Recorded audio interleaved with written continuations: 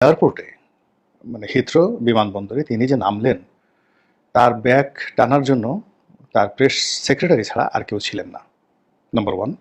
এমনকি তার একটা ছবি তোলার জন্য একটা ক্যামেরাম্যান সেখানে ছিলেন না।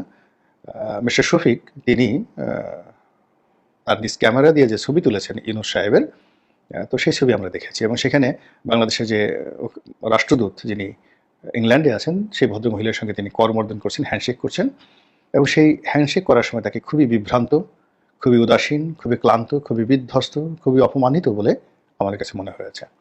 যাই হোক, তিনি এখন সেই হোটেলে আছেন, কিন্তু হোটেলের বাইরে তিনি বেরোতে পারছেন না বা পারেননি। এর কারণ হলো যে তিনি যে 4 দিনের সফরে গিয়েছেন, এই সময়টিতে আওয়ামী লীগ সেখানে ব্যাপক বিদ্রোহ করছে, বিক্ষোভ জানাচ্ছে এবং এত বড় বিক্ষোভ নিকট অতীতে ইংল্যান্ডে বাঙালিরা করেনি, যেটা ডক্টর মোহাম্মদ ইউনূসের জন্য করা হচ্ছে।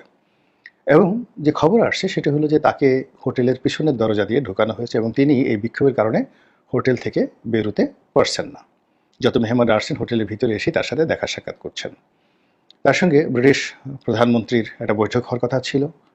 আজকে আমি যখন এই ভিডিওটি করছি 11 তারিখে, আজকের তরতাজা খবর হলো এখনও পর্যন্ত ব্রিটিশ প্রধানমন্ত্রীর সঙ্গে তার বৈঠকের কোনো শিডিউল পাওয়া যায়নি এবং তার যে প্রেস সচিব তিনি আজকের দিন পর্যন্ত যেটি জানিয়েছেন সেটি হলো ব্রিটিশ প্রধানমন্ত্রীর সঙ্গে তার বৈঠক অনিশ্চিত।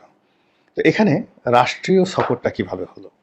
এর মধ্যে আমরা দেখলাম যে বাংলাদেশি বংশোদ্ভূত যাদের সঙ্গে মানে তারা মূলত বর্তমান ক্ষমতাসীন দল নয়, লেবার পার্টি নয়, বিরোধী দলের সংসদ সদস্য, তারা 4-5 জন এসে ডক্টর মোহাম্মদ ইউনূসের সঙ্গে দেখা করেছেন। এর মধ্যে 2 জন বাঙালি বংশোদ্ভূত রমণী, যারা ওখানে ব্রিটিশ সংসদে এমপি হিসেবে নির্বাচিত হয়েছেন, তার মধ্যে রূপা হকও আছেন, তিনি দেখা করেছেন। বলা হচ্ছে যে বিশাল এক গ্রুপ সংসদ সদস্য সেখানে দেখা করেছেন। তারপর 2-3টি বহুজাতিক কোম্পানির তৃতীয় সারির কর্মকর্তা দেখা করেছেন, যেমন এয়ারবাস, ফ্রান্সের যে এয়ারবাস, আপনারা জানেন যে ফ্রান্সের এয়ারবাস বাংলাদেশে বিক্রি করার জন্য শেখ হাসিনার আমল থেকে দেন দরবার হচ্ছিল।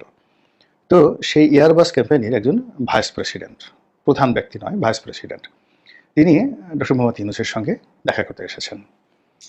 যদি শেখ হাসিনার জমানায় হতো তাহলে এই ভাইস প্রেসিডেন্ট বাংলাদেশ বিমানের ম্যানেজিং ডিরেক্টরের সঙ্গে দেখা করতে পারতেন না।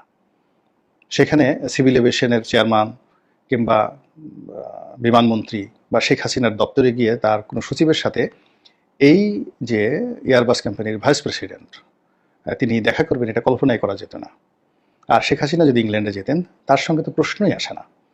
কিন্তু আমরা যে জিনিসটা দেখলাম যে সেই ভদ্রলোক অফিসে গেছেন, ডক্টর মোহাম্মদ ইউনূস কাছুমাছু করে বসে আছেন, পাজামা পরে, মানে প্যান্টের উপরে পাঞ্জাবি, পাঞ্জাবির উপর কোটি, তো সেটি নিয়ে তিনি বসে আছেন। আর